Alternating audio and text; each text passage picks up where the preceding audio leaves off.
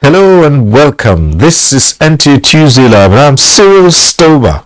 Now tonight we focus on the lingering ASU strike and failed negotiations. Now, Nigerian public university communities have suffered a setback for more than 6 months following a series of warning strikes embarked upon by the Academic Staff Union of Universities, ASU.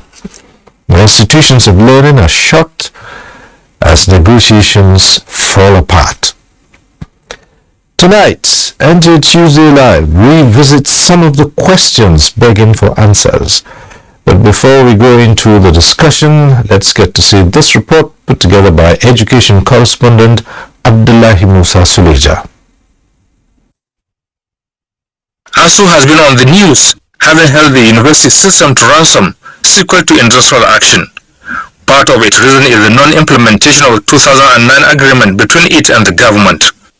While negotiations have been on, appeals have been tendered to the union from different quarters, including National Religious Council, headed by the Sultan of Sokoto and the Chief of Staff to the President, to subpedal, but to no avail. ASU has not been the only university union that has issues with the federal government. SANU, NASU and NAT have theirs with strike action too. But after negotiations, the unions yielded to pleas and suspended the strike to give room for the implementation of the agreed issues with their employer. The entire global socio-political order is in turmoil, is in crisis. We have a nation to rescue. Experience have shown that after every elongated ASU strike, the education gets worse. It is a duty, a call to duty for ASU and for government. You continue to negotiate, but ASU go back to class. Apart from Congress of University Academics, CONUA, a breakaway from ASU appealing for government registration, which has not joined the strike. Others are some state-owned universities that started the struggle with ASU. Eventually, resumed academics activities. Once the infrastructures are not used, or if they are being used, if they are not being used and being maintained, it means there is a cost running into nothingness. You cannot be servicing the hostels, you cannot be renovating classes without people entering it for 6 months. And if you have not done this, it means you are going to do them before the students return back to the classes. So that other part of effect it will have on our educational system is another thing to think about for them to return back. I call you today not to share with me my ambush, but to share with me the details of what we have done and what remains to be done, and certainly a lot remains to be done. And for very different reasons, the current position of the government and asking on the future of negotiations seems to have coincided. It appears that we are running ahead of negotiations, but not for the right reasons. The president of ASU has been reported to have stated that the union will no longer negotiate with the federal government, the current government. This solution has been as clear as this. Government and ASU have no option but to continue forward until our investments are over. They are closer to freedom, clearly the victims of the crisis. In circumstances where all councils and senates of our universities are enjoying to rise up to their responsibilities, we must together continue to work to restore our public universities to where they were in the 60s and 70s. Yes, the most important office in our university system for chancellors and vice chancellors must demonstrate more commitment to ending the global crisis. And the minister has set up a group that is meeting as I speak with you now to work out the modalities where our universities will be open in the shortest possible time. So I'm very optimistic that the group will come up with some resolutions that will be acceptable to all parties concerned. The meeting constituted a committee made up of 4 pro-chancellors and 5 vice-chancellors to be chaired by the minister to further look at the additional demands ASU is making, particularly the areas where there has been no consensus. As I speak to you, that committee is meeting under the chairmanship of the Minister of Education, Adama, and they will proceed to meet with Mr. President on the outcome of the deliberations of that committee that has been set. If one may ask, is the university system the only sector seeking attention? And even if these demands are met, when will the union end this annual ritual called strike in the nation's public universities? And these are questions begging for answers. Abdullahi Musa Suleja. All right. Our report sets the tone for tonight's discussion. Let's start off by introducing our guests. I'd like to welcome to this program Professor Charles Onanuju Ofegu, is Director of Institute of Geosciences and Earth Resources, Nasarawa State University. Kefi, thanks for being with us. Let me also welcome tonight Dr. Habu Hamisu, is a Public Affairs Analyst. It's nice to see you again. Yes, And joining us via Zoom is Alistair Wilcox, a Chartered Accountant and Public Affairs Analyst. Thanks for being with us tonight. Thank you very much, Series Toba. I'm so delighted to be interviewed by you. You are one of the voices I've been hearing while I was a youth. So it's such a great pleasure when I see that you are the one that's going to anchor this program. I'm most delighted, Series Toba. Thank you for having me. All right, thank you so much. Well, as we always do on Tuesdays, we acquaint you with the procedure of this program. We'll just quickly mention here that at some point in time, the phone lines will be open and you can get to be part of the discussion in the studio. When it is that time, we'll refresh your memories on the procedures. But for now, let's get down to the business of lingering ASU strikes and failed negotiations. Well, another move is on, gentlemen.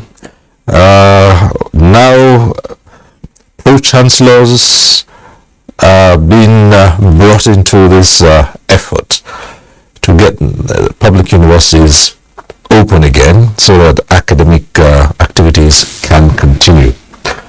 But it will be necessary to go back a little bit and still find out some of those underlying issues which have delayed any of the attempts to get the universities back in session. Let's start with you, Professor Ofegu. What are those issues that are still delaying the reopening?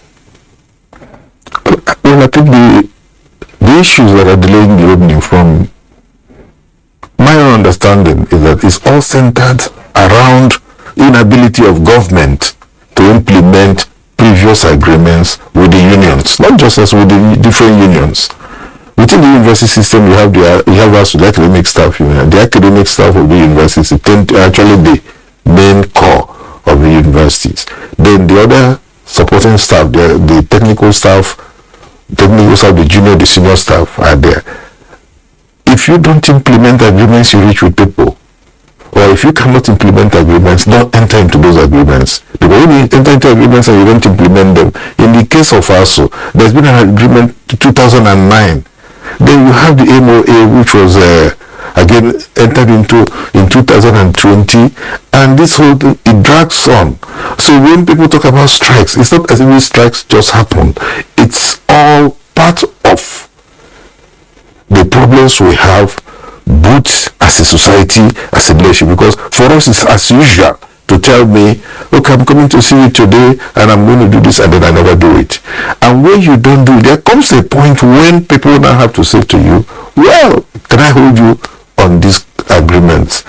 And I guess that's what is happening. I'm not saying that we should be on the strike should go on the way that go, but this is the core, the inability to implement. That's what summarizes the Bible. Then of course everything goes back to what are the lecturers striking for? What should they be striking for? What are they asking for? The society now, what is being peddled, what I see is so much talk about salaries and about it. I don't believe that the lecturers, if that's what they're only talking about, then they're not right. If that's what my colleagues are, they're not right. Because we should be talking more in terms of the re-engineering of the entire university system, in terms of facilities, in terms of the quality of students. Let me frank with you, we should also be sincere to ourselves in terms of the quality of the lecturers also, and the commitment of the lecturers. So at the end of the day, you can't discuss the problem we are facing now if you do not go and take a holistic view of what is Nigerian university like. Do we really have universities? We don't have even the ones that exist. Even the older first generation, second generation universities, one may, if you have studied abroad or if you've been part of being in a faculty in a university overseas, and so you ask yourself, are these really what universities should be in 2022? Okay, so and when we address those issues, then we come to terms with what is it also talking about. People don't read between the lines and find out that the issues are not just. So now what is only happening? Just take a look at the recent report about the lecture. I call it a lecture, not a meeting with vice chancellor, was delivered by the minister. He only talked about 35% salary increase for professors, 23% for other staff. I'm not being sincere with you. These are not what we should be talking about. Any community lecture should be talking about. So we should be talking about delivering the service in the right manner, in the right environment, with the right facilities. Okay. Which a broad look of the issues, but also there's the question of payment platforms. And let's come to Dr. Abdurrahman Abu Harisu. There's also another matter of platforms, mode of payment, which also led to a deadlock in negotiations. Claims back and forth on the integrity of the system. Let's hear you. Well, I'm going to speak from the perspective of problem solving. You know, where you have a lot of stakeholders that are working together to deliver a public good, there are bound to be issues. And how we tackle these issues will define us. Because we cannot, as intellectuals, adopt a strategy of solving a problem that will create more problems and invariably damaging the system the more. By running down the system in such a way that people will continue to lose confidence in the system. Yeah, ASU may have genuine cases in terms of remunerations, in terms of infrastructure, in terms of the agreement that has not been implemented by government, as ASU is really talking about. But as a major stakeholder, I think ASU is beginning to derail from the trajectory it is known for. ASU was a partner with government, and that partnership led to a lot of series of proposals that became Education Trust Fund, and from there today you have TET Fund. Now these are all interventions that were suggested by ASU in partnership with government as a stakeholder that is genuinely committed to partnering with government to solve the challenges inherent in the educational system. But what has come out of this recently in terms of this partnership is that of defiance and antagonism instead of working together as partners to solve a problem. And now, shutting down the university for 6 months, irrespective of your case, you're beginning to lose that support that you've enjoyed over time. As you rightly mentioned, one component of the problem is infrastructural deficit, a lack of funding, required funding. Then you talk about the lecturers' welfare. Then you now mention OTAS or IPPIS. Now, which are we going to take? Now, you may have a genuine case, but again, if the timing is wrong, you may lose the sympathy that you deserve to get in propel government to act. For instance, when that agreement was entered into, we do not have corona that shut down the global economy. We do not have this sort of insecurity that is threatening the economy of the country. Now, inflation is not as it is now. Globally, I'm not talking about Nigeria. So, when you have a problem and you want to solve a problem, as public intellectuals, that is why you are referred to as intellectual, because you are the conscience not only of the economy, but even the behavior of the people. And that is why when there are conferences, they don't go to market to recruit resource persons to come and talk to people. They go to the ivory towers to get the requisite people with the requisite knowledge to come and talk to people, because they believe that by your training, you are informed enough and then you are disciplined enough to make points that will warrant people to listen to you. And that makes you a very formidable force in terms of collaborating to solve a problem. And then if you now make yourself a party to the problem and you become part and parcel of the problem, because you feel that, for instance, it's baffling that you find intellectuals saying that Nigerian teachers are the worst paid in the world, where politicians are earning more. But are we praising the politicians? Are we not condemning them that they are taking what they do not supposed to take? So why should you use them as a basis of comparison? If you are making valid point that, okay, since 2013 that this agreement has come into force, up to this moment, things have changed. Our welfare has been dealt a fatal blow because of all that has happened, and you want a decent pay. I think that is fair enough. But to start comparing yourself to the politicians that you despise, the politicians that you use as your evidence of the rot in the society and what is happening in terms of what is not going on well, it means you've descended into the fray. So the question will be, what is the difference between you as an intellectual and the people that you've been condemning?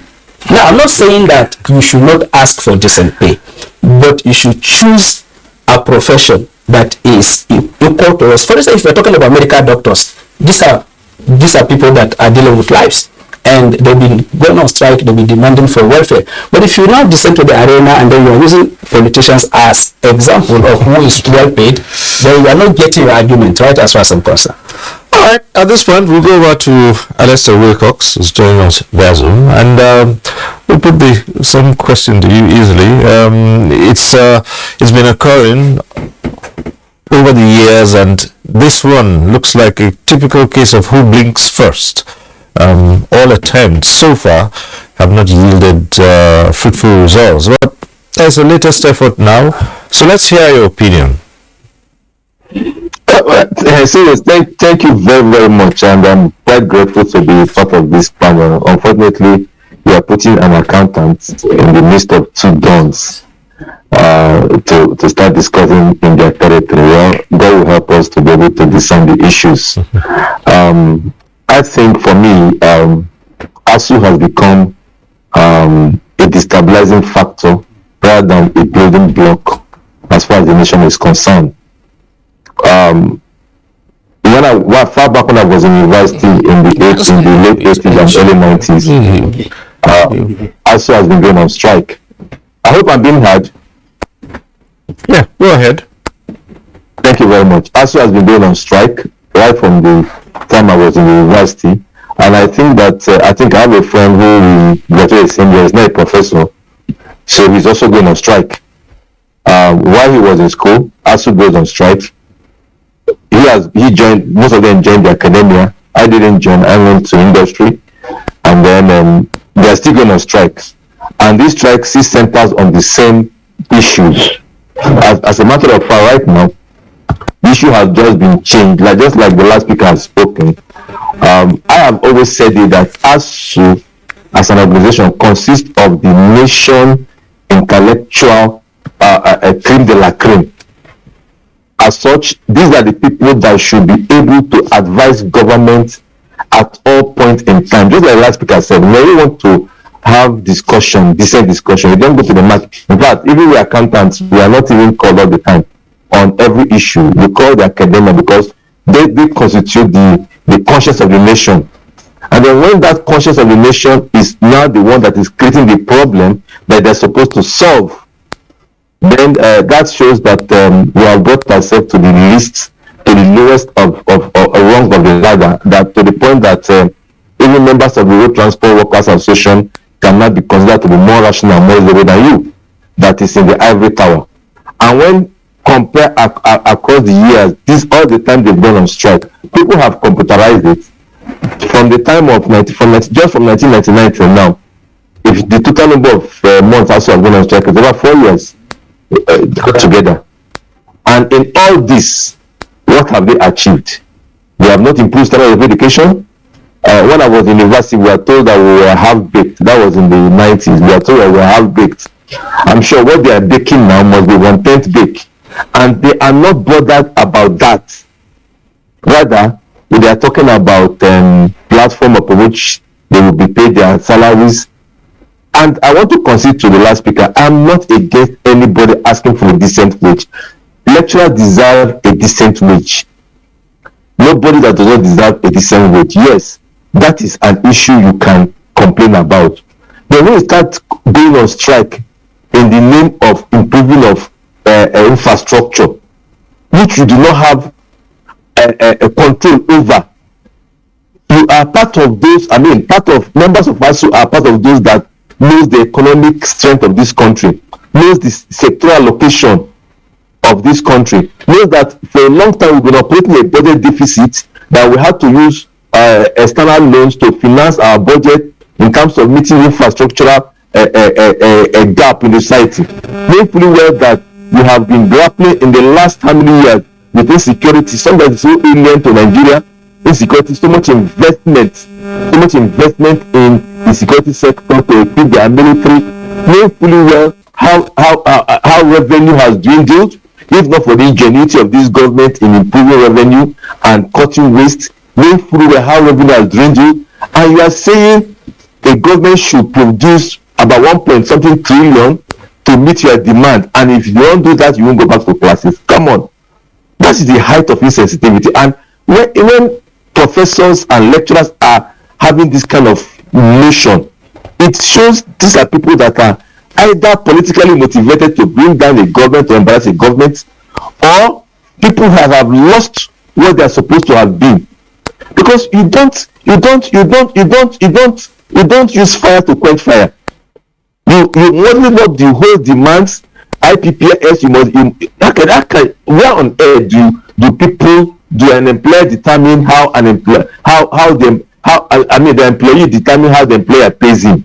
Where does that happen? In which part of the world that an employee will determine how and the method an employer will use to pay him? I don't see that. I don't know where that happens. And I've said it last time. The federal government of this country is quite lenient, and I'm saying that advisedly. I'm not rubbing down on anybody, but I think the federal government is rather too lenient on how persons hold it to ransom.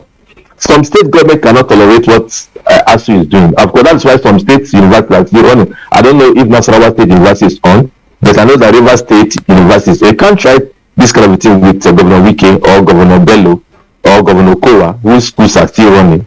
You can't try this.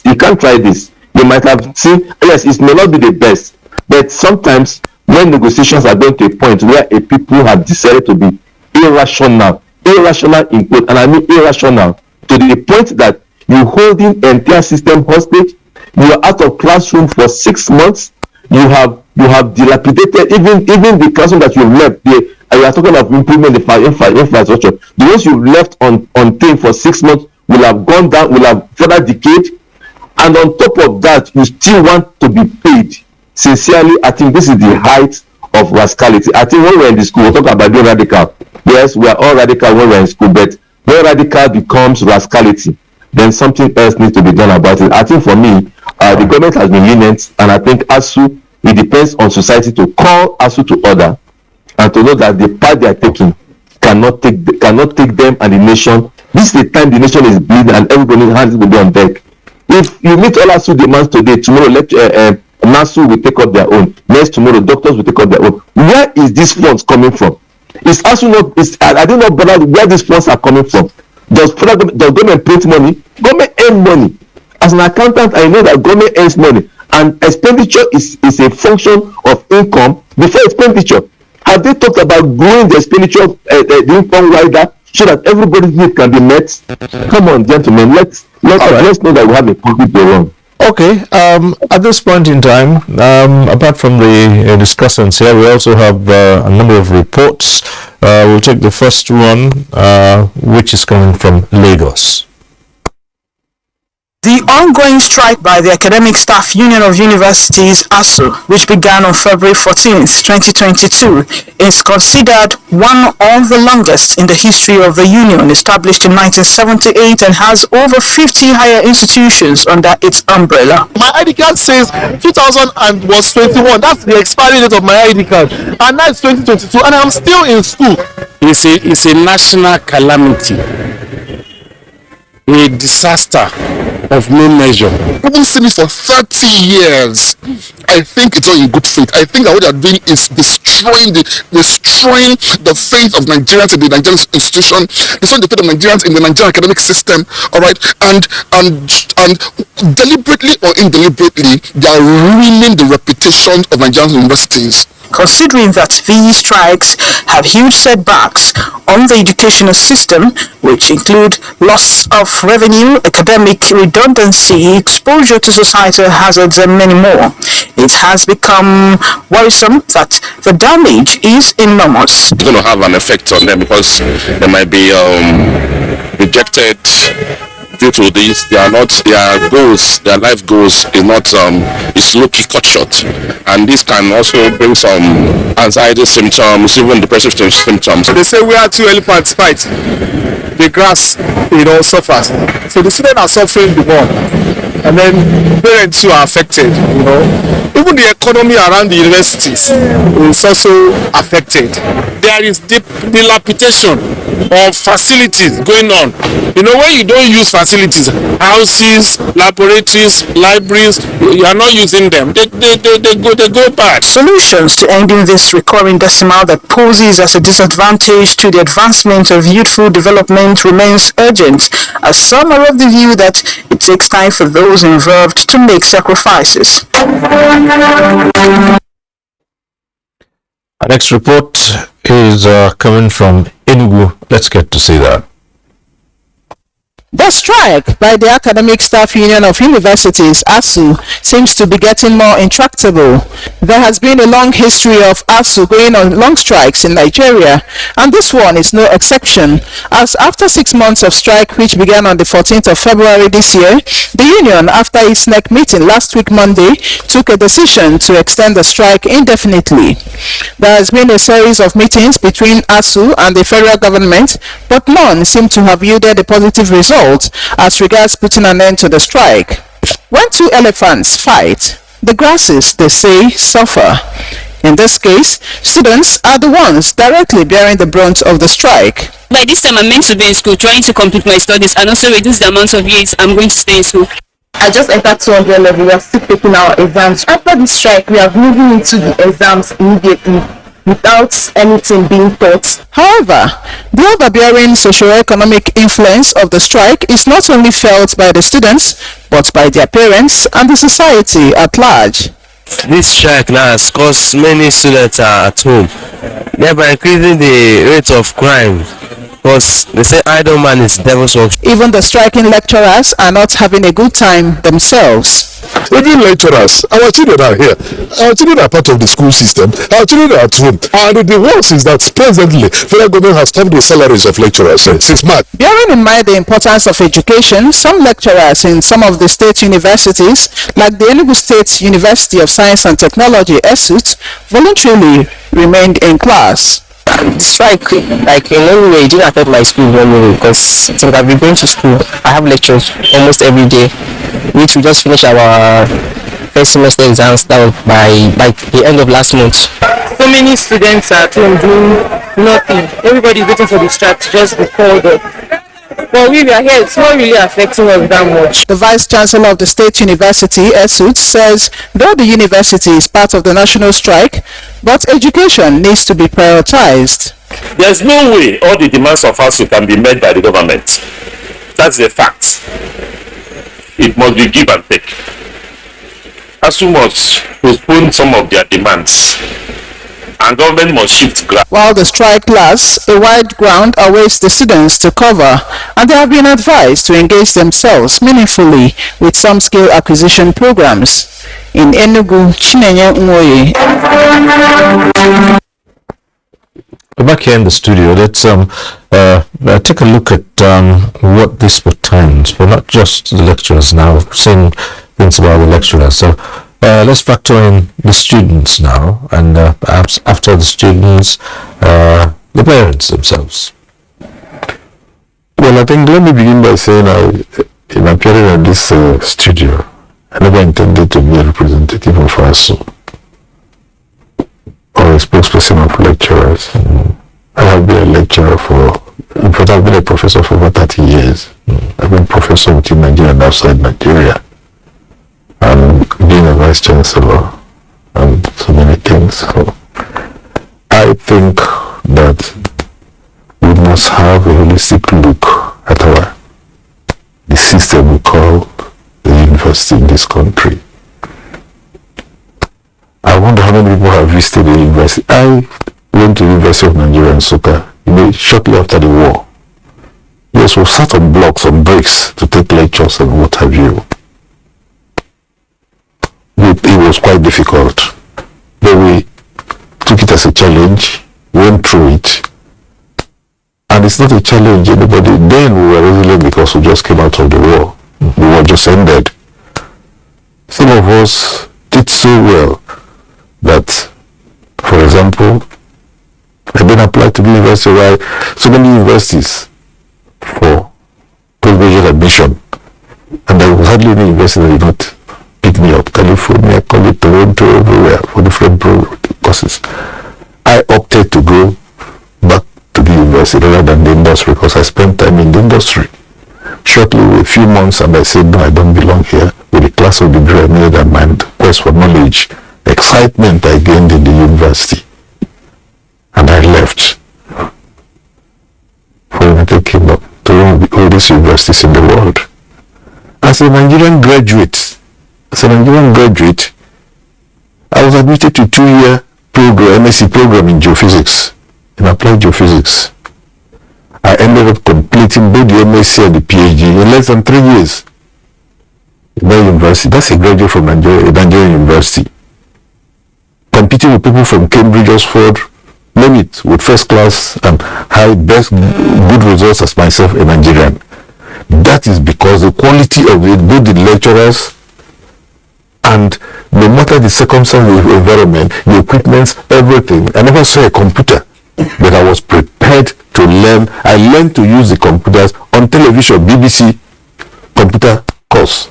I ended up teaching others the use of computer, people who are even in these schools. So you see, the system we have now, you see students pitching on windows. Have you visited a typical hostel where these same students we are talking about go for lectures from? A room made for 2 people, you find about 16. Some of them sleep standing up. And that is why you have crime, because the system has not prepared these kids well enough. You go to the laboratories, the so-called laboratories that are decaying. No laboratories is, I must be frank with you, I say it, I feel ashamed when I see what is going on in the universities. And then also the lecturers don't even have the opportunities to enhance their knowledge. But you need to, in my own days, I mean when I was a young lecturer, I don't think in terms of publishing papers in Nigeria, I think in terms of publishing in the best journals in the world. And I think in terms of attending conferences as guest speaker, which I still do. Most times I'm invited to it. But you see, this young lecturers, my young colleagues that don't have that opportunity, don't have the facilities to even do real research. So what we're doing is literature survey, literature review and things like that. It's not good for the country. Salary is not the only thing ASU is talking about, that ASU should be talking about. I hope that's not the only thing they're talking about. I don't think it's the only thing they're talking about. You shouldn't be creating many more universities. Everybody must not go into the university at the same time. Some universities don't have any. I know a university in this country where technology, a department in engineering, has only one full-time staff. Every other person is an adjunct or visiting or a retired, so coming on part-time and going. The students don't even see these people part-time. Maybe he doesn't even come, he comes only once in a week or once in a month. At the end of the day, are these students really being trained? Why don't you call a spade and tell this? If you rationalize the universities and decide how many we can run, and let's run them properly. Re-engineer the law. Make this university self-subsistent to some extent. If the universities are self-subsistent to some extent, then let the universities themselves determine. That time you now see the value of IGR. Some of the private universities as well. You then see the value of IGR and what have you. Make the universities all have laws enacted by parliament. So why do you impose a system, a salary system, My opinion is that let these universities, if it's grant, give the grants to them and let them manage how they do it. So that brings in the question of funding for the university system. This has always been hotly debated as well. If you speak to people from other climes, and they think it's a misnomer for the federal government to continue to fund university education levels. We are not concerned with primary and basic. So how can the university system fund itself? Now, let me again come in here. If you go to a private university where most of the children of this, we have classes in this country, whether we like it or not, go to. Some are prepared to pay 2 million, 3 million, 4 million, 5 million naira a session for a course. Where in the federal university, people are paying 90,000 naira. And they're going to the same market to acquire equipments. But don't you see the TV of Base University on CNN and Nile University? Look at their laboratories. Visit the laboratory of University of Abuja. You visit University of Ibadan, the laboratories. I once, in the course of when I used to be traveling around, came into university in the south and came to geologic practicals where there were 200 students with only about 5 microscopes. How can 200 students use 5 microscopes for practicals? Then what are you doing training? Impossible. Change the fee structure. We can by giving some autonomy to universities. Let parents decide where they want their children and the quality of education. If you get good education, you get good job, you even get employment overseas, everything. But we cannot believe that government can fund the universities, run the universities, let government descend to some extent, give grants, but let this university have some autonomy. Right, Dr. Abu Hamisu. Yeah, it's quite interesting. You see, ASU is part of the problem and is still the solution. You see, I have 3 propositions. One is that if we're talking about university re-engineering, as Prof rightly pointed out, or revitalization, whatever word you want to use, it's not about funding alone. Yes. You may give somebody 1,000 naira and the person will deliver effectively and efficiently. And you give another person 10,000 naira and the person will not deliver. It all boils down to the quality of the person that is administering the funds. And that brings me to the role of the vice chancellors in the university. I'll come back to that. You see, let me underscore a fact. You cannot prioritize your comfort and welfare by buying jeeps of 18 million and you have 5 microscopes. Does it make sense? As a university administrator, you furnish your office as if you are the executive governor of that university. You have a code to travel. Recently, it took upward of Nigerians to prevent vice chancellors from paying among us 3 million naira to send their wives to Dubai for a conference. To do what? What is the wife or what is the value or quality the wife of the vice chancellor will add to the Nigerian educational system that you will take 3 million to pay as registration fee for your wife to attend a conference in Dubai? Can that conference take place in Nigeria? It's about priority. So I am saying that it takes more than funding. This is the Nigerian mentality. We talk every time is lack of funding. You go to every organization, they will tell you lack of funding year in, year out. I will underscore this further by the work ICPC has done in terms of the corruption in the educational system in Nigeria. I blame the federal government of Nigeria that it is not even acting on some of these things.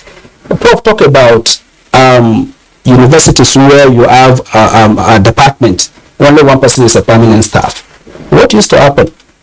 It is still the management that is still the departmental head that connect with people that are supposed to go for accreditation. And then they get CVs because they don't want that course to be accredited. And before you know it, only one person with adjuncts here and there becomes, and accreditation is the only way government will be able to know that a department is understaffed and they need this kind of a staff or that kind of a staff.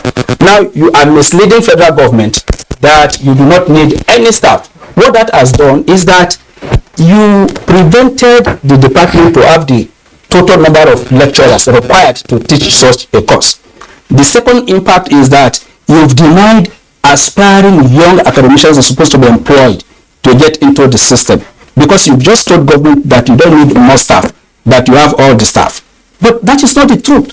And then by the time ASU is going on strike, they will come with excess workload that government has not paid them. How can you have the teaching staff and then you're talking about excess workload? The other issue again is, as an administrator that is efficient and effective, before you do your admission, you needed to check what is the total bed space you are having to start with. Now you do not do that. You admit beyond the capacity of your hall, beyond the capacity of your classroom, even misleading AUC, misleading JAM. They're supposed to check, and then you complain that students are perching on the window. Who does that? Well, let me just mention that you see, when we do these discussions, we should realize that it's not, I don't know how to put it. It's when you talk about lecturers, talk about professors, vice chancellors, accuse vice chancellors, do that, they did that, they did that. Let us be sure that everything we're saying is correct. The cutoff marks for admission is normally put in place by the universities. And when you do have cutoff marks, you cannot refuse to admit students. The number of students you admit is also allocated and assigned, some by professional bodies, some of them myself on the council of some of my professional body, some by professional bodies. It's not the universities that actually determine to a large extent the number of students that admit. The carrying capacities of universities are also to a large extent established by the National Council on Education.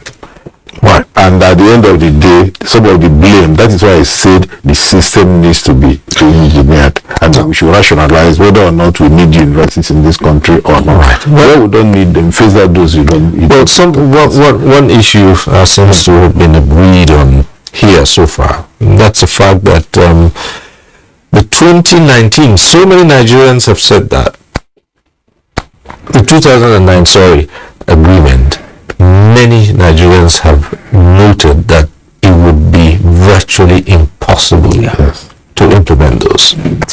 Well, in the series of negotiations that have been held between ASU and the federal government, we understand that there has been some progress, some agreements have been reached.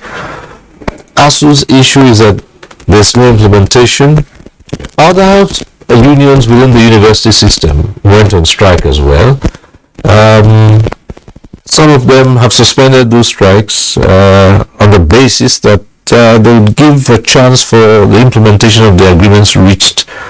But somehow that has not gone well with ASU itself. So the strike continues, And in labor terms, you're beginning to see some blacklegs,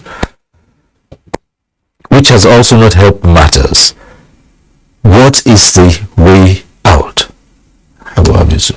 Okay, for me, it's a very simple thing. It's a simple thing. It is saddening that the Nigerian university system, where we have professors and PhD holders that are teaching conflict resolution, are not able to manage their own conflicts and issues around labor employer dispute. It is often said in African proverb that he who fights and run away lives to fight another day. So you must not fight to die. You must not kill the system. The system must survive before we can talk about refining the system. Because if the system did not survive, you have nothing to refine. For instance, if all the students will move to private universities or state universities, what are we talking about? Or if they want to be in a republic, as we are beginning to witness now, we want to be in a republic, we are equally losing our hard-earned resources that we are trying to conserve. Now, as my other colleague said, like the issue of platform for payment, it's a simple thing. Your employer said, this is how I'm going to pay you. You are insisting that this is how you want to be paid. I'm not sure if anybody will really support that reason as one of the reasons why the university will continue to be closed down. The employer said, this is how I'm going to pay you. Okay, yeah, okay, we are going to give you 20% because of insecurity, because Corona shut down the economy, because there is inflation, because there is this. Okay, we will accept that. But when are we expecting additional increment? Now, that is the give and take Prof really mentioned. But if you now said, until you pay us 1.1 trillion, then there is no deal. At the end of it all, there will be no classroom for you to return to. Because time out would have taken control, reptiles and all that. And it's going to cost government additional funding to do all of those. So, if ASU is really concerned about the student, as they are saying, for instance, Prof made a valid point that in private universities, parents are willing to pay 1.5 million. In public universities, they are paying 90,000. ASU will tell you that one of their mandates is to ensure that government does not privatize education. But ASU want good pay. How do we resolve this crisis in the face of dwindling wealth of the nation? Well, let's ask the chartered accountant here who deals with finances here. And how do you do this? You heard Dr. Abu Habisu, his last statements, and then we also want you to look at how funded. You did say in your first contribution that you know how expenditure works, the function of expenditure. You just have to grow it first before you can expend. You have to have income. So how can the universities generate the income that will keep them off going cap in hand all the time? The federal government, again, another question is, should federal government continue to fund university education completely as it is now? Well, so thank you very much. I dare say, with due respect to the Prof who has been a vice chancellor, that one of the most corrupt institutions we have in the country is universities. It's one of the most corrupt, and just like the other man said, expenditure is not prioritized, and that is why you have some of the things you have today. Some of us, we are product of university. Some of us lived around universities. Some of us have done some studies within the university system, and we see how administrators, the level of mismanagement, the level of corruption that takes place in the university, and backed by their collaborators in government. When we are talking about the entire university system, we are putting all of them together. NUC, JAMB, WAEC, all of them. We know what happened in JAMB under the former, until Professor Lorede came in and sanitized JAMB. We know what happened in JAMB. And we know the visitation panels that visited the University of Lagos some time ago. What was some of the work that were discovered? The unfortunate thing is, I think there are too many collaborators in government that are part and parcel of the rot that is making the system not to move. And And so they shield some of the things that happens, and again put government in bad light. No, they're also in government, and they are also part of the rot in the university system. Until we sanitize the university system and make sure that back in the days when I was in the school, we know how lecturers, we know the commitment. Yes, they say we are half-baked, that's in the 90s. But we know how lecturers, and I'm happy Prof talked about how he studied in the rest of in UNN, how they studied, and the kind of quality they had, even with the worst of infrastructure. Unlike today, that without considering that government has done everything, the government has gone a lot further, a lot far into the whole system. But like you said, the population keep increasing and demand keeps rising for education, for university education. The demand keep rising. We are one of the country with the highest birth rates. We are not controlling our birth rates, so population keep rising, and then demand for university education keep rising. And so, of course, the carrying capacity will always continue to expand, and that is also part of the kind of scientific studies ASU, because ASU is made up of people in different knowledge-based areas that could facilitate proper analysis and proper advice to government, that even when you are putting these carrying capacities, when you are deciding on the number of things, they are in better position to advise better. But most of them are selfish, looking for their personal interests, and everybody looking for what to get out of the system. That's just what I see. Now, see, with regards to your question, if government should keep funding universities, I will not come here to say government should stop, because I was a product without that the fact that I attended the University of Port Harcourt free of charge, almost free of charge at the time I was there. If I was asked to pay fees, maybe I would be doing fishing. I would be a fisherman in my village, or I'll be one of the dropouts, because when I was in school, of course, government do not charge fees. And I in Faculty of Management Sciences, when I entered the University of Port Harcourt, we are a total of 184 in the entire faculty, made up of 4 departments. I was in Department of Management. We were just 41. But if you go to University of Port Harcourt today to find out how many people are in the Faculty of Management Science are admitted every year, I'm sure there are more than 1,000. When we admitted, we were just 184. And even though we are complaining that there are no facilities, no this, no.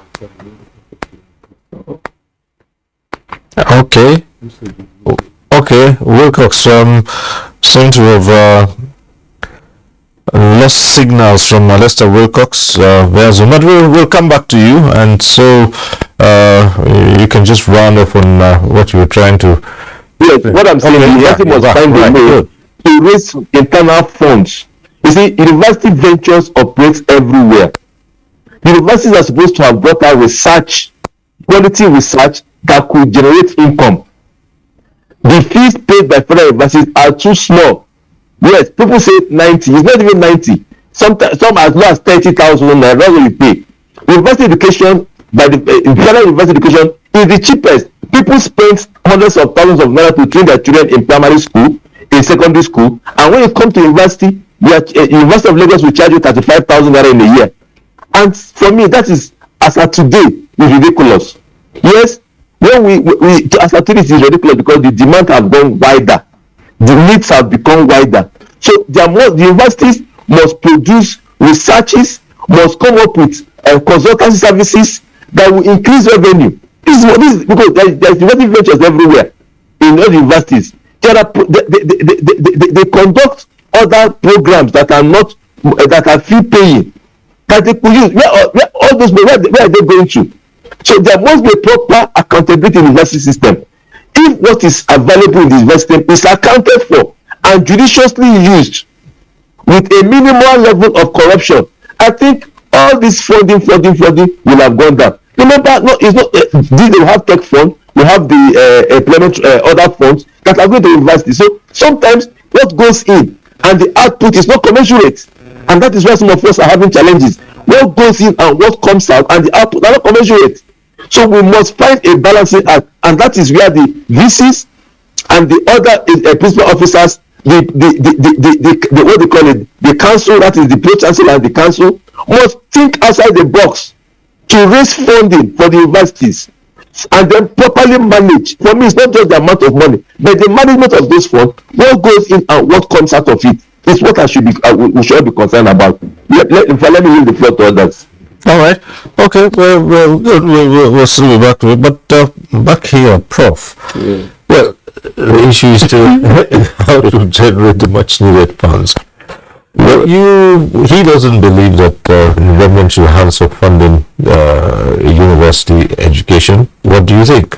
No, I don't think the government should hands off funding university education completely.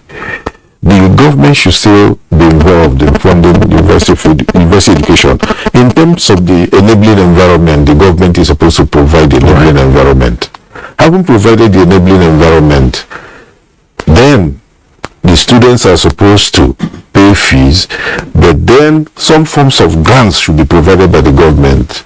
When we were in school, you had the bursary awards, you had the federal government scholarship scheme, you had the normal federal government, you have also the one is called federal award. Then you have the one companies do, like they provide, like it's done in the some countries in the world now. Then you have the university scholarships that are tied to the level of your performance.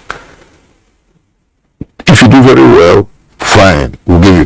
Then the student loan board, we're giving loans to students to help them pay the fees.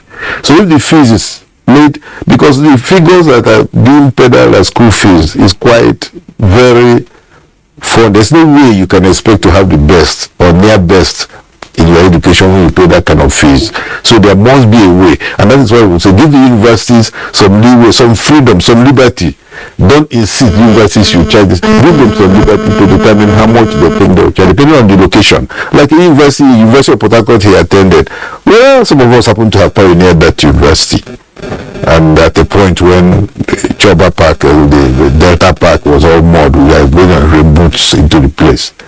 And I know that the cost of education in a place like Uniport will obviously be higher than the cost of education in a place like maybe Lafia or anywhere. If you give the universities some leeway, that will now help improve the system. But the basic infrastructure must be provided by the government. If the infrastructure is there, I can assure you, for a good lecturer in science and technology or medicine, he can generate the cost of funding his department. They provide that initial enabling environment. In geophysics, for example, most of us who are professors of geophysics, before you know it, most people have left to go and do their own. Because consultancy, you need the facilities to do the consultancy. For the results, the outcome of the consultancy is to belong to the university. One thing is to say corruption in the university system. Agreed that there are levels of, will I call it, I don't know if I'll call it corruption. You know, when people are not principled, when people do certain things, I know the people always say, again, some of them graduate without even going to lectures because they buy their results. I would say, I'm a professor, I would say it. But it's not as if it is the norm. It's not. But you find some of the students themselves are the cause. There was a case of students who went for youth corps, and on getting the turned out that some of them did not even attend the lectures. Some of the very prominent people who go and take degrees in law part-time. So many of them do all kinds of things. Then you turn around, you see the universities. Yeah, but the system also let them do. The system allowed it. That's what I'm saying. And the reason the system allowed it is because when the lecturers, that brings you to how you remunerate your lecturers. When you don't give the man enough money that can even put food on the table for his 3 children or 4 children, he's not asking to even eat rice, just to eat gari. The tendency is that if he sees a work collecting one, he needs to be extra disciplined not to go for it. That's why I have people giving handouts. People are making handouts and selling handouts and are saying, if you don't buy this handout, you don't pass the exam, you must buy it to take the exam. I have never given a handout to you, but I said I give you my books. And then this is where the principle comes in. And I have never taught sandwich course. In fact, when I was in university, I sought permission of Senate as a head of department that during the sandwich program, it was the first thing that happened to the university system that I want to take my leave and go and do my research abroad. But that again, because I was being sought for outside Nigeria, but you had to work. So the system was made available, provide the facilities to enable our lecturers compete with any other lecturer anywhere in the world, but we don't have it. The typical department doesn't have any computers in its libraries and so on. The departments so this at times I walk around and look at these young lecturers. I'm not very old, but when I've been in the system, a professor for over 30 years, I look at this young one and say, will they ever get to where this country needs them to be. And it pains me. Well, at this point, we'll take a short break. When we return, there'll be more on funding education, ending the perennial strikes in the public university system, and the phone lines will be open so you can get to be part of the discussion in the studio. Stay with us on NTA Tuesday Live. We'll be back shortly. The 157-kilometer Lagos-Ibadan Railway is the first double-track standard gauge railway to be built in West Africa. The Mobolaji Johnson train station is a masterpiece, an infrastructure that is gradually becoming an iconic building in Lagos State. The modern facilities put the station on a world map of train stations. Likewise, other new train stations across the country built to world-class standards. The train and its convenience is indeed an admirable effort, with commendations from Nigerians. This is a station that we have to commend the federal government for putting a beautiful face, empowering us in Lagos State, not only in economic and political arena.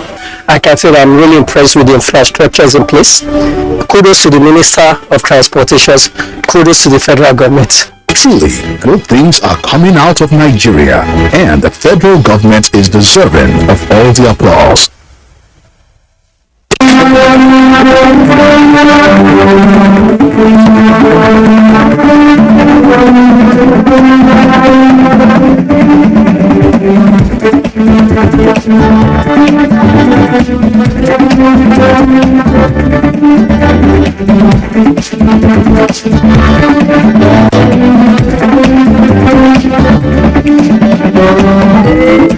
NTA Tuesday Live, a network issue-oriented innovation talk show. Right, thanks for staying with us. This part of the program will soon open the phone line so you can call in and be part of the discussion in the studio. But again, we remind you, we say this every Tuesday. If you're calling in tonight and your call gets through to the studio, do us a favor, turn down the volume of your TV set. That's the way to avoid the hurryback or the echo. And we'd like to encourage you to go straight to the point, keep it short, and also encourage you not to spend time on greetings. Just a simple hello would do.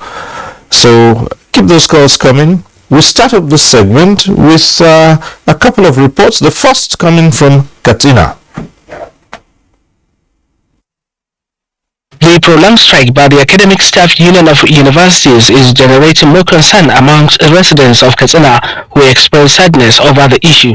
They argue that no country can make development without giving priority to the education sector. The issue is not from us, the issue is from them. Then 1 million Nigerians should call on them to do the right thing. That is just it. It's not the matter of us or call us to come back to class. So to come back, what did we achieve? Prominent individuals in Katsina appeal to the striking lecturers under ASU to find amicable ways of resolving the issue for students to return to classes and continue with their academic activities. ASU, they should consider the problem of Nigeria is not only their problem. The problem is everywhere. Children who are doing nothing in the schools, at home, they are easily prey to be attacked by criminal activities. They called on ASU to engage in dialogue with the federal government towards ending the prolonged strike. Students also expressed worries over the ASU strike and appeal for its resolution. Lawal Aminu Saleh is a final year student of computer science at Umaru Musa Yar'Adua University, Katsina, and was supposed to graduate 2 months ago. He was disappointed that all his plans have been put on hold. There are some variables on the strike that we know nothing about because it's something that is beyond us. But we are begging for them to find it in their hearts. In Katsina, Awal Haliru. Right, from Katsina, we go over to Asaba for the next report.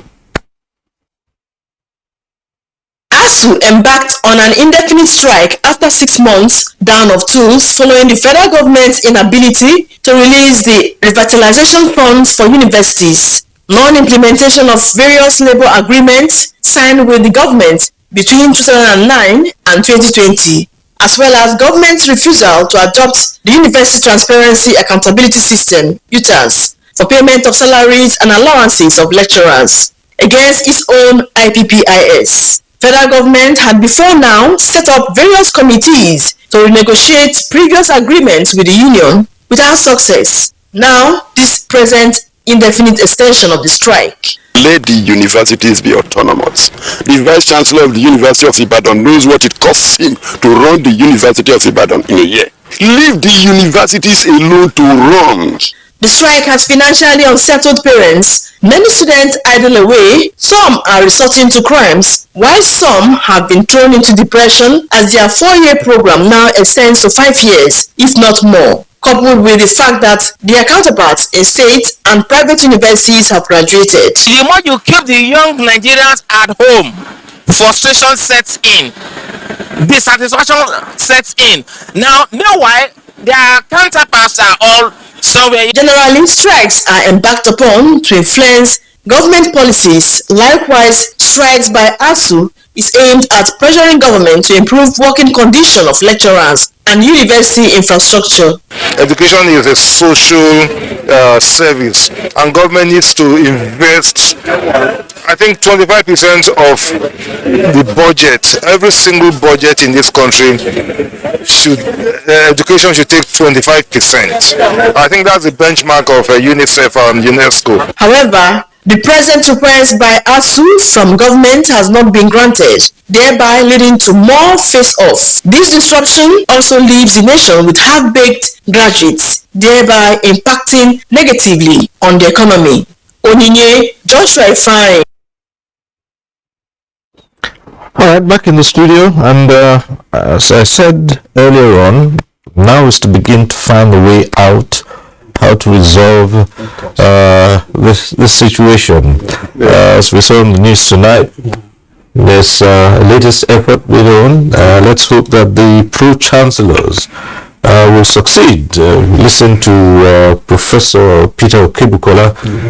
He sounded quite optimistic that matters will be resolved, and also taken from the words of Director of Press and Media, Ben, the Ministry of Education. They both sounded upbeat. So, what are your thoughts on that, Prof? Well, I think the sooner the crisis is resolved, the better for the system, the better for the country. But I believe that the government must show a bit of goodwill. I'm happy now that no longer talking about not paying the people the mega salary they're supposed to be paying, because 420,000 naira for a professor is about a tenth of what a typical professor will earn outside this country. So that little one holding it back generates more problem. I'm happy now that in the new issue, the way it's being resolved now, fine, you have this year pay. 2, I'm also happy that I'm beginning to discuss releasing, I think, 100 and something billion next year in the budget for infrastructure in the federal universities. They're also talking about the other 50 billion which will also be released to pay part of this end allowance. The end allowance, like someone said, it's not actually as if it's extra. Normally, in every job, there's a minimum, a maximum you're supposed to carry. It's a carry, there's a carriage. So this end allowance they're talking is called extra end allowance. It's because you cannot teach more than 3 hours of certain number of hours of lecture internationally.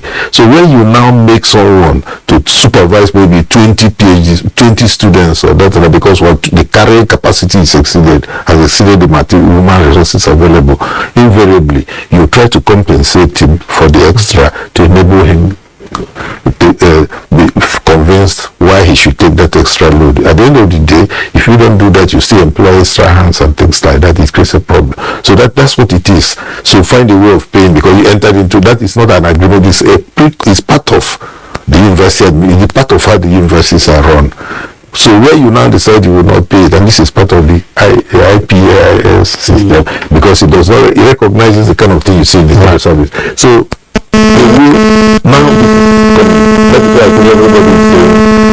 there now.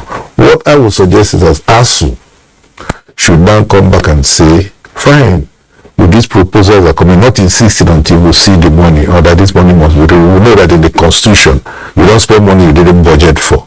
So include this in the budget, have the National Assembly approve it, and make sure it is actually released, not just on paper, but in reality. And then the salary increase, well, 30, 5% for professor brings his professor salary to about 550,000 naira a month. Agreed, is still, generally this country, we don't pay people fair wages. That is why you go a clerk who ask you for money to bring a piece of paper or to carry your file from here to here, because you give a clerk, you give someone 10,000 naira a month or 30,000 naira a month, then he pays transport from Elube to Abuja in a month, and then feeds his children. And the children don't have free pay education for the children. The only other way he can survive is, even if there's any little thing in the office of the director, he will pinch it to survive. If you come to see the director, he will knock on the door, he will tell you to pay for gate pass. So you really need, as a country, to look at the system globally. So, and not talk about politicians. Part of politicians, the problems people talk about these politicians, their wages and so on, we also need to look at that. In some countries, there would have been massive protests when you publish this allowance, and that I hope they are all correct. Some are not very correct. But if you publish it in some countries, it will cause a crisis. So, that is it. I'm happy it's going to end, but let us end it. ASU has to now come and meet the government midway. The government should also be realistic and not sarcastic about whatever they're doing. Right. We have a first caller on the line, Polycarp, calling in from Kaduna. Hello, Polycarp. Go ahead.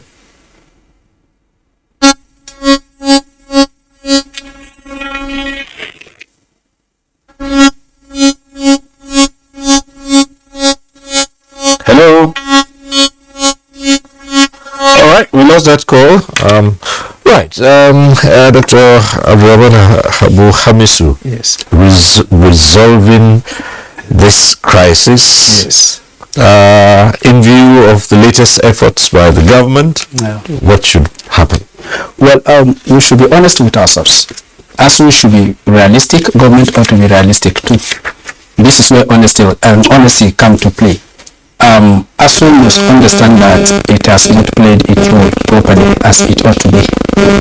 For instance, the first point of call for accountability is not about going to strike all the time. Money comes in, however small, and nobody accounts for it. Nobody knows what is done with it. And then after 3 months, we go on strike, and these monies are released to university management, and the university management spends the money, and ASU never ask any question to say, okay, the money is meant for ABCD.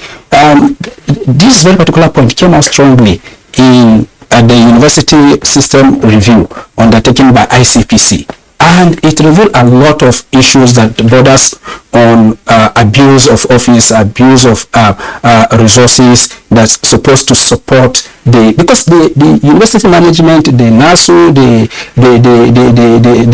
NASU and others are there to support the researchers who are the teaching staff that is composed of ASU.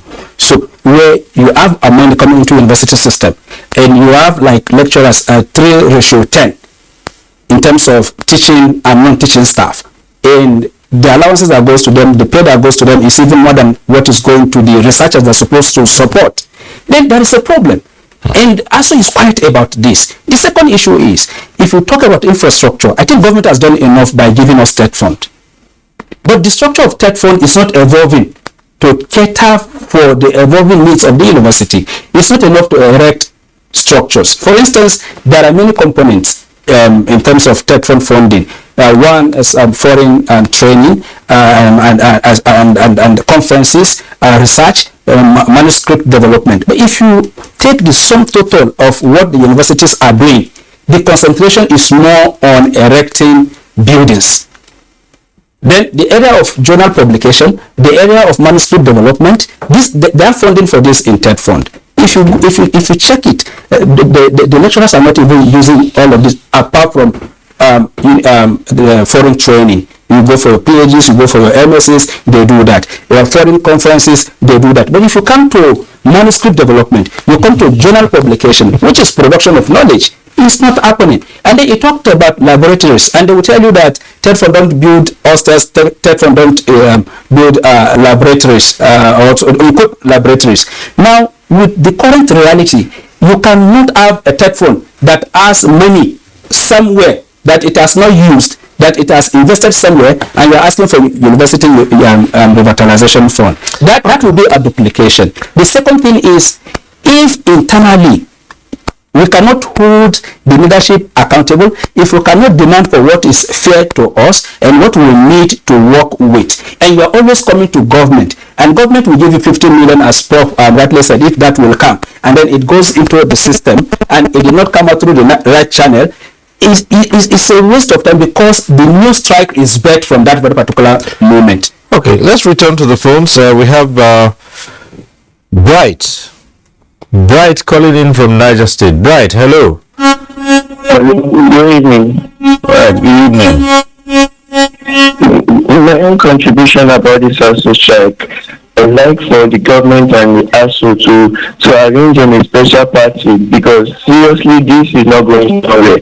Even I told a friend of mine that no matter this their meeting will never had to amount to something good, and to my surprise it never amount to anything good since then, since the day they started the strike till now. So in my opinion, everything should be analyzed. Everything they are going to be doing should be put down in a table so they can show the parents, the children, and everyone around that this is what they are doing and this is what they are heading to, because that is the only way that this strike will end. Because even the lecturers, some are trying, yeah, some are still bad in some one way or the other, but in everything they should always be accountable for anything they are doing. They should always be put to book. They should always be interrogated, try to make sure that they are getting the right thing, and also the students too. Thank you.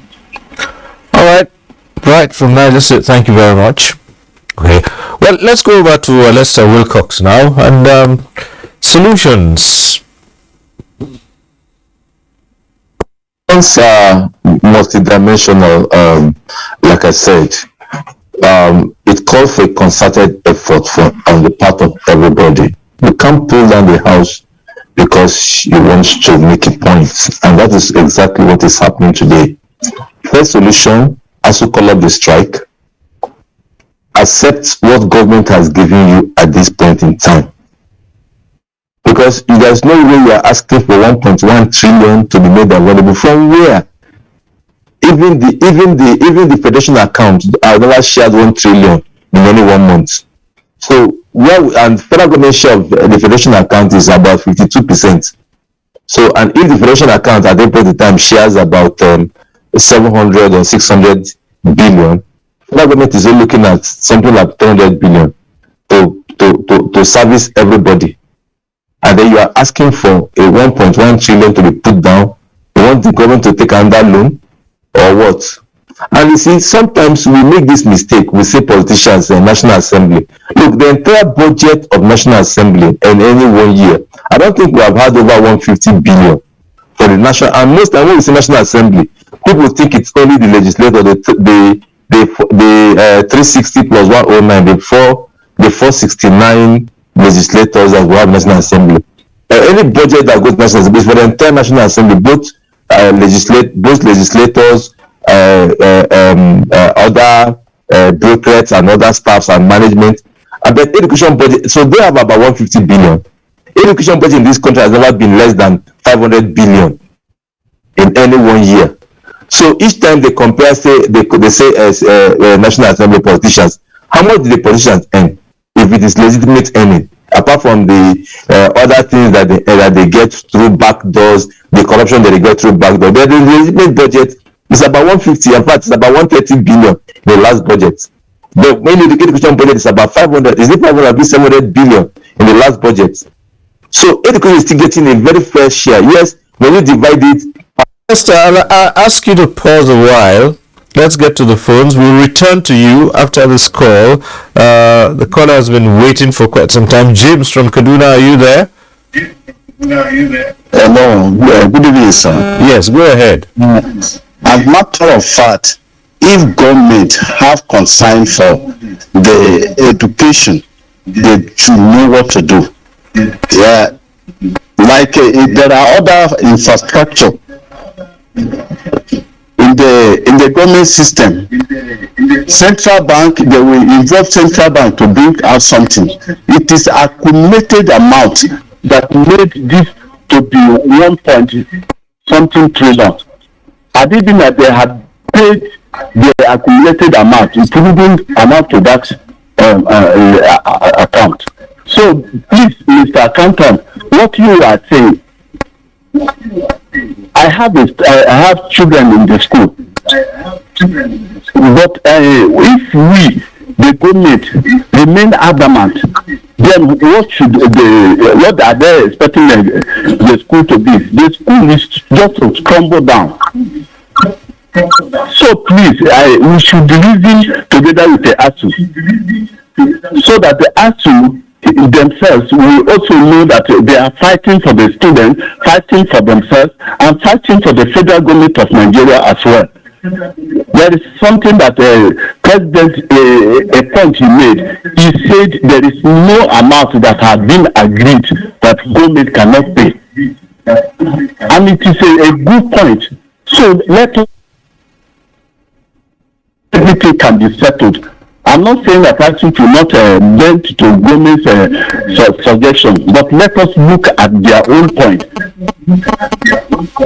Please, they are elderly people, well educated, they spent a lot, and we are talking of increasing the school. Oh well, James, sorry we lost your call. Elderly people, no, well, certainly not everybody is elderly. You have young academics who are there. But your point is noted, and let's keep the calls coming through. And so let's return to Alester Wilcox. I had to ask you to hold on a while so we could hear the views of James, who called in from Kaduna. So you can go ahead now and conclude. Thank you, sir. Thank you, sir. I really empathize with James, and many in James' shoes. Unfortunately, I don't have a child in university. I have only one, and she's graduated from a few years back, and so I don't have a child in university, but I know that I have cousins that are in the university. And what we are saying here is we're looking at it holistically, sincerely. James, it will not be easy for the central bank to print money. The central bank should bring money. We want them to print money and point to the system. Who does that? They go and print money and point to the system because you want to meet ASU's demand. No, it doesn't happen that way. That's not how economy runs. That's not how economy runs. I am saying that whatever the government can afford to give to ASU now, ASU should accept it, go back to classes. But this insistence on a platform for the salary to be paid, for me, is a no-no. There's no deal breaker on that. Insisting that 1.1 trillion will be made available before they go to, of course, it's a no-no. It can't happen. Where would that come from? You are fighting insecurity. You are having dwindling income from oil. You are having disruptions here and there. So where would that come from? So if you take all the money that the population will raise in a month and pay ASU, what happens to doctors? Then doctors will go on strike. Pensioners will be there, civil servant will not be paid, and everybody. So it doesn't have no economy runs that way. So the university should come back home. Look, I find it difficult to know that the university do not have any research. Professors of nuclear physics, technology, University of Lagos are using a past management generator in their offices. There is water in University of I live close to University of Lagos.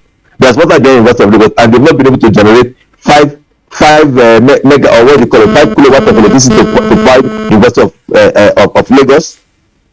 The University of Lagos that is facing 1961 cannot have their own power system, and they depend on generator. And you have professors of nuclear physics, professors of IT, professors of all kinds, and they have not been able to develop just a power system that can power University of Lagos with water behind them. I think for me it's a real shame. And if every time we say it is government, and I say it, and I'm saying it repeatedly, what goes in to the universities and what comes out is not commensurate. All right, and that is what let me also come in here at this point and bring in Abdul Rashid, who is our next scholar from Kaduna. Hello. Hello, good evening all. Yes, go ahead. Yeah. ASU and federal government issue is very pathetic. The way and manner we are running activities is too bad, for God's sake. First, I will start with the lecturer. They are our teachers for almost decades. But in this kind of problems, what I can see is not only strike that is the solution. The strike is not only the solution. They shouldn't have stick on going to strike entirely to say it is the solution for this problem. And the government on their part should be true in all their doings. There are many issues the lecturers we hear on the media, but we don't have the real fact. But from what we are all hearing, they all have their own good side and the bad one. What should have been done. There had it been the government sit down holistically without bringing even politics have entered into this negotiation. You see how you hear from the media, they are not telling all the right thing, what is really happening. Some people, if you take an example on the IP's issue, they will say they are working in more than 2-3 universities, collecting salary in both of them. If they depend on one university, how will they feed themselves? If government want to reduce the IPs, for example, let them increase their salary so that they will be satisfied and stay in 1 or 2 places they will go and do. How much are they giving them? Even if you are paying a lecturer 300,000, what can he do with the family and all this high cost of living now? So my only thing, let's the people responsible to look at this thing holistically, and God will, and everybody should look at its average, no win-win. Let's get what they want. Then if you see the things are pathetic, how will a lecturer in a hall lecturing 600 people? We don't know them. And my shameful thing, we have this our generation. Anybody that finishes in secondary school 40 years back or 30 even, they are all free schools. Even in the university when we go, we only pay tuition fees. But I will still get or even these machines. We buy them with this money, but we have disappointed all the big ones holding this position, the lecturers, the government parastatals. They are all the people that got this education almost free. By your graduation, you have a car and a job. But now, how many, even if you graduate, you will not get that job, that own job, or even a car. So the thing that we should do, we should look at it both sides holistically, and God will help us. Right. No politics and it. They are putting everything as spoil in the country. We pray, we continue to pray. Thank God. Thank you very much. Thank you very much, Abdul Rashid from Kaduna. Gone down memory lane, but somehow some things won't happen again. but Prof, there's also this matter of the ranking of universities. And when you look at the global picture, Nigerian universities have a dismal showing on rankings. How can this be addressed? Well, that brings me back to what I was saying about looking at the university system, the facilities available, ranking. When you rank the universities, you take into account the quality of work that emanates from that university, which is measured in terms of peer-reviewed publications of issues of current concern. Okay, if I may just ask you to just hold on with that, we'll return to it. A call coming through now from Ibrahim from Adama. Ibrahim, go ahead.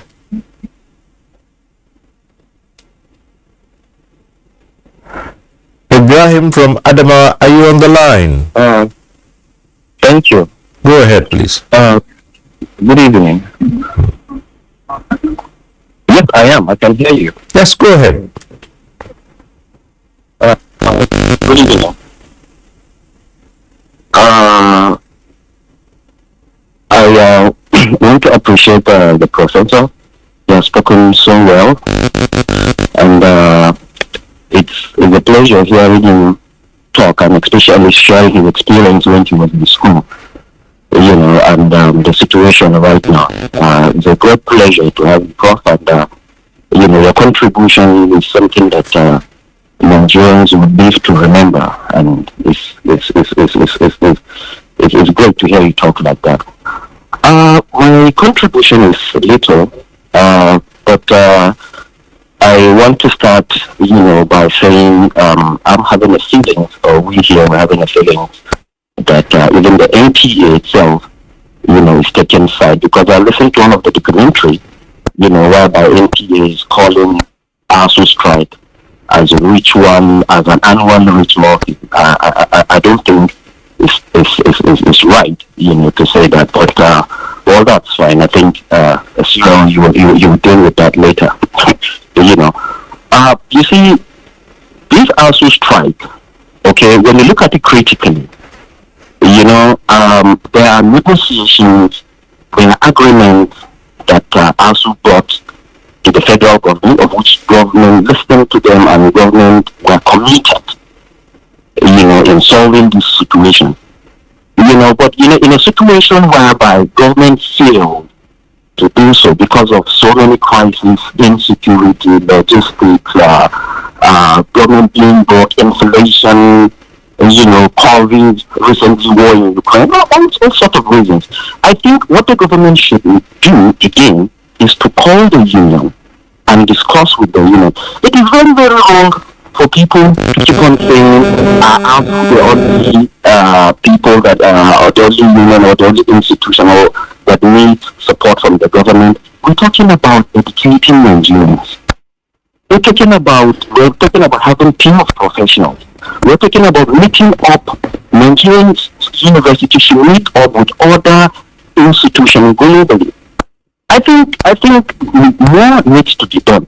Yes, government can be broke. Government might not have money, but there's a need to have total transparency in whatsoever you do. What do I mean by total transparency? You negotiated you are going to give them an allowance. You negotiated that you are going to pay revitalization. You negotiated you are going to send some team to monitor the activities that is happening in the university. In a situation whereby you fail to do so, call them back and explain to them. There is nothing. We can't do this because there's information. There's problem here, there's problem there. But government kept quiet. Now let me tell you this. The university system are being pushed out. We keep on saying ASU on strike. What about the government? When you fail to meet up your own side of bargain, what do we call it? I think the government are equally on strike by not being able to fulfill what the demands of the union. The demands are so genuine. Listen to what Prof said, please. Listen to what Prof said. He gave valid point. What they are doing is little. Yes, maybe the nation of Nigeria, it's fine, but I mean, it's high time people sit down and look at it. A Nigerian professor that has been a professor for 10 years doesn't receive 400,000. I'm expecting to do well. That aside, what are the other things? The IPPS stuff. ASU said IPPS is American-based company. They said IPPS there's fraud in it. IPPS is not meeting up the system that Prof mentioned. Prof gave a valid point that, see, you teach here, that is the practice, that is the policy. So I don't want to take so much time. But what I'm trying to say is, Nigerians need to understand what the university system is, what the university structure is. It is when you understand the systems and the structures and the way in place and run, then you will understand. And lastly, the other accountant, they're saying that Nigerian university are the most corrupt. I think it's a very wrong word. It's very wrong. I think people are trying to bring solution, not pushing up our worries here. In a system whereby we all know that the education system has failed, and it's because of the government. So you come in on media and saying they are the most corrupt, I don't think it's right. We are not talking about the police, we are not talking about the military. They have lots of things. So pointing out Nigerian universities and saying that they are the corrupt institution, it's wrong. So I wish all the best. I wish Nigerian the best. I wish the union best, I wish them well in their struggles. The government should meet up their demands, if not fully, but the government should try. Whereby the government failed, the government should please call them on board and explain to them why they failed and give them a template on how to move forward, or a template how to continue.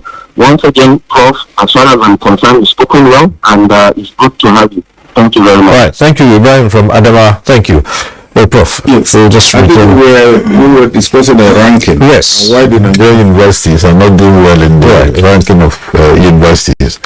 I already mentioned the fact that we need to first ask ourselves what are the basis of the ranking. What is used to judge the rank, or what position the university comes into. List those things and they will look at which of them are currently existing in the Nigerian university we have. When you look at it, you may well find out that for each item based on which universities are ranked, the Nigerian universities may only have about 10, some 0%, 10-20% of that. Take for example the infrastructure. When we talk of infrastructure in university, it's not just about buildings. I talk about the facilities. It's a better word, facilities, to include both the structures that will house the facilities. If you don't have a good facility, because research is a major thing, research output measured by publications in pure, high-level, peer-reviewed journals. For example, if you have the earth sciences, they want to know how many papers you publish from this. Whereas in journals like geophysics, geophysical research, earth and planetary science, geological magazine, even the Nigerian Mining and Geoscience Society journal is now being listed as one of those that could be used to judge even universities outside other countries. Then we need to also know to what extent the research that you have produced are applicable to society, well-being of society. We want to know this publication, this paper you did is just, what is it, how has it impacted the society, the industry, and then technology if it's the sciences, and then even if it's the liberal arts, to what extent has it impacted the world order. Then you have to also check what the lecturers that are existing in these universities, who are they? There are professors, like I always say, but there are also the professors. There are lecturers, but there are also the lecturers. There are technologists, but there are also the technologists. In similar manner, you have the students and you also have the students. So I think what matters is how many of the professors are these universities boast of? How many of your professors are known beyond the four walls of that university? How many of them are even invited to international conferences to come be a guest, an invited speaker? Then we again have to now look at the administration of the university also comes in ranking. We want to know how the universities are administered, beginning from the role of the government to the role of the vice chancellor, the lecturer, the head of department, or everything. Some ranking because there are different rankings. Some of them also worry about the funding, level of funding. Then, to what extent those universities themselves generate some funds? If you are doing very well and you have good students that did well in the society, they come back to give you. That's why some of the older universities, in actual fact, generally are very more comfortable than the younger ones, because they have produced people who run the country. So the problem is that we've not provided an enabling environment that will enable the Nigerian university system compete favorably with others. And then let me just add this: we need to have make a decision. I see some states that have not been able to fund one university, creating many more, so that it now become every geopolitical zone in the state now has a university. I also see a situation where private universities, have you gone around Abuja and seen some of the places called private universities? So at the end of the day, some of these universities don't even have the basic tools need to impact education, and also the admission is such that all those who didn't pass JAMB, you just apply, you go in there. So how can you be ranked? How can we get that ranking? Only few universities even appear at all on the list of ranked universities. For some disciplines, you only talk about general ranking. You should be talking about ranking in there are disciplines you must strive to be ranked in. How many Nigerian universities can be ranked in such disciplines? Disciplines that are current, disciplines that will impact the economy, impact the society, impact the social order. Because we don't have the facility, we don't have the manpower, we don't have the, so we need to go to the. I think sometimes this country we need to sit down and say, let us even look at our educational system, beginning from the primary school, secondary school, and then from there we graduate to the university. I will tell you a story. It's a true life story of a man in those days in the United States of America where he was. Who was not doing the India when you have these Indians. The guy is a missionary. He was picked up and then he was now put in a cage. And the Indian chiefs now come and say, you will become a horse. And the man was now being used like a horse. And before you knew it, he was not the one saying, I am a horse. He said, even a movie, made a movie. This guy, then how did he stop being a horse? When the Americans were attacking the Indians, and he was not happy with, because a missionary, he wasn't happy with what was happening. He grabbed their gun and fought for the Indians. When they beat back the attackers, they made him a chief. He ended up as the chief. India. Some of his children, even one ended up a senator, a governor. You may have. So you may have heard about that. It's a true life story. So if you make somebody in an environment where he becomes a horse, then he's a horse. If you make him to be in an environment where he's not a horse, then he will be a horse. So let us make the right investment in education, and then we find out that our ranking will improve. Nigerians are very ambitious. Nigerians are very hardworking. Right. The number of the suggestions given out here tonight had to do with request for autonomy for the universities. Again, we would ask, would autonomy for the universities necessarily put a conclusive end to actions like this? Well, I think it's part of my opening statement. It's a general problem in Nigeria, whether we call it autonomy, whether we call it state intervention or whatever. Once the administrator of the funds are not doing the right things, we continue to have problems. The mentality in Nigeria is to ask for more funding upon funding. And now the question is, what impact has the previous funding that was given made, as he said, on the society? The changes we want to see. Now, there's something I used to tell people when they talk about unemployment. I have my own definition of structural unemployment. When you go into the university system, the course you are being taught is at variance with the market demanded skills. There is a mismatch between the courses that are being taught and the courses that are being demanded by market, or the courses that the government needs. From that very particular point, you are unemployed already. Because, for instance, if they're looking for data analysts and you are now reading computer science when they're looking for data analysts, and then you come out of the university and you are applying for computer scientists, where you have a lot of institutions that are teaching people how to manage computer, how to service computer, and the rest. Nobody is looking for that. They are looking for data analysts. Then there is a problem. There are so many issues in the Nigerian education system. But what I want to point out is, where people are committed, where people are disciplined, where people are honest, I bet you if you give somebody 5 naira, the person will deliver. Then when people are not really following and playing by the books, so even if you give the person 100,000, the person is not going to deliver.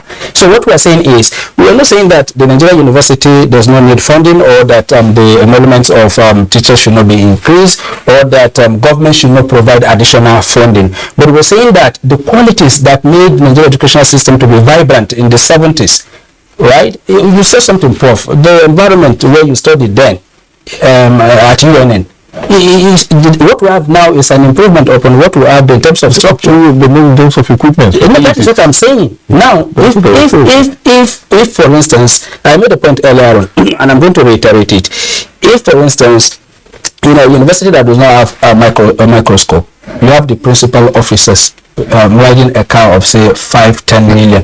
It's not justified anywhere. And if you come to the negotiation table, nobody will take you very seriously.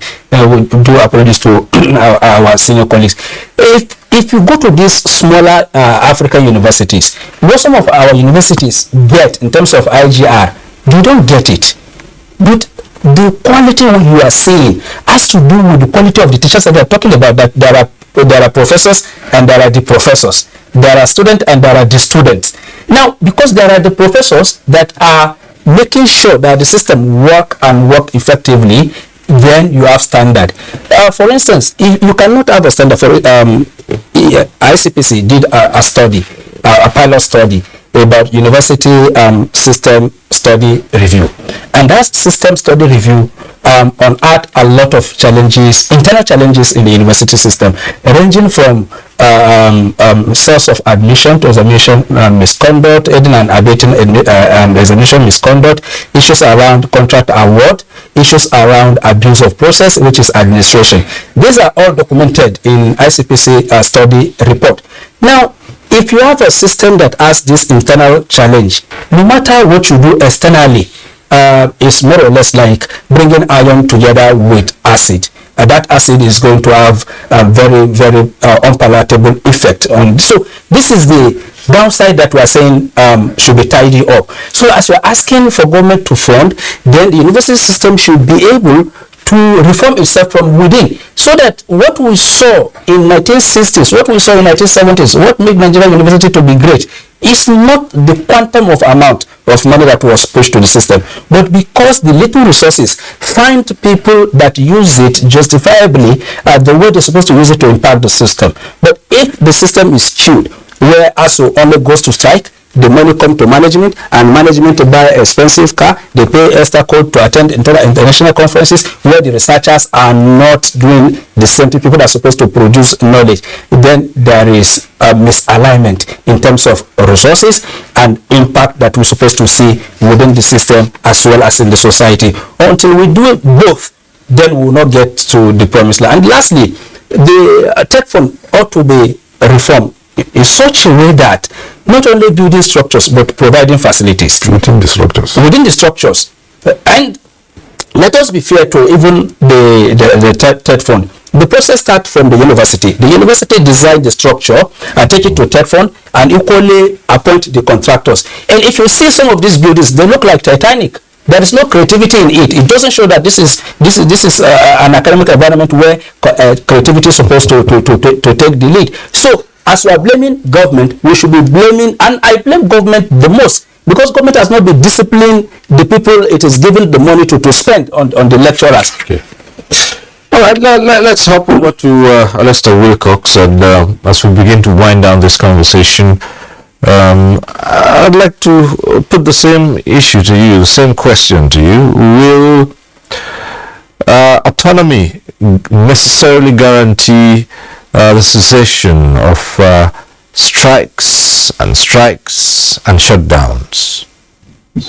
Well, I don't think so. I don't think so. Autonomy has been canvassed is not the panacea.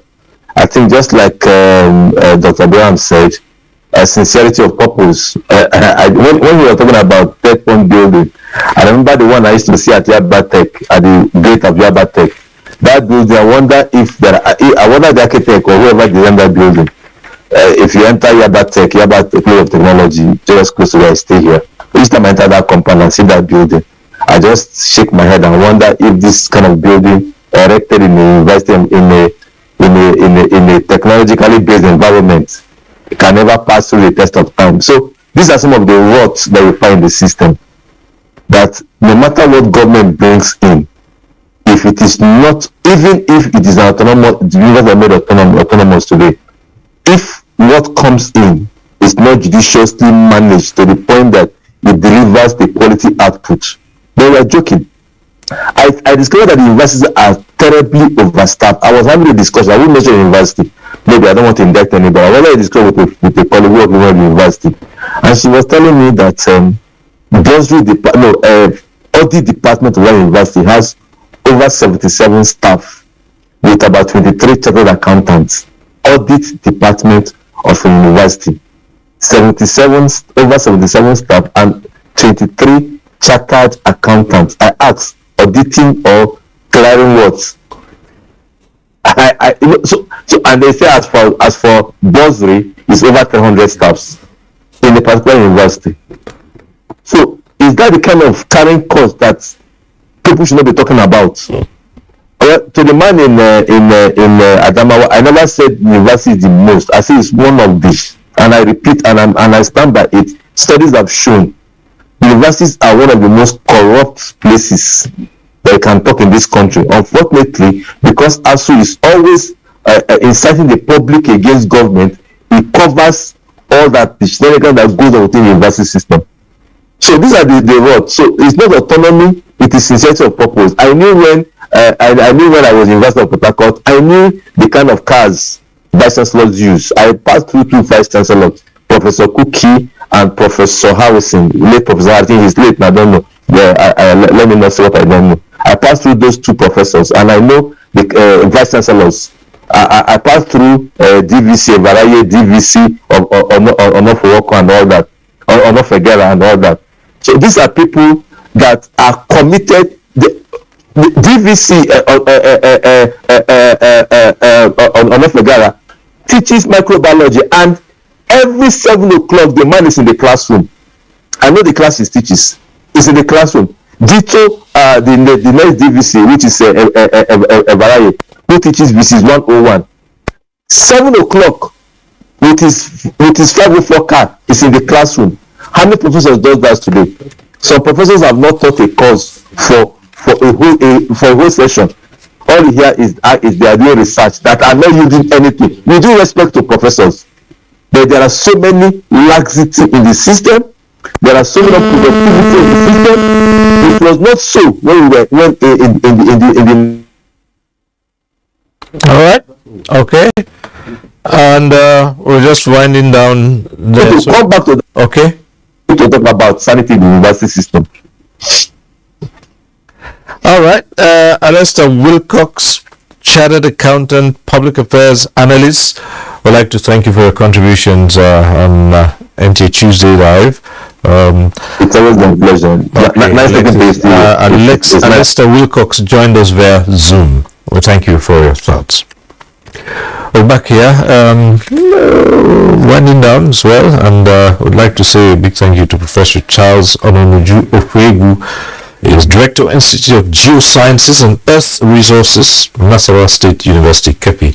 Thank you so much for sharing your thoughts with us. Thank you so much. And Dr. Abdurrahman Hamisu, Public Affairs Analyst, always a delight to have you join us. One of the regulars here on NTA. We appreciate you, and thanks for coming on. Thank you, sir. And so, we'd like to say a big thank you to you too, all those who called in, and for those who stayed up till this time with us on NTA Tuesday Live. We'd like to say a big thank you too. Next week, we'll be back with NTA Tuesday Live. I'm Cyril Stover, and I say continue to stay safe.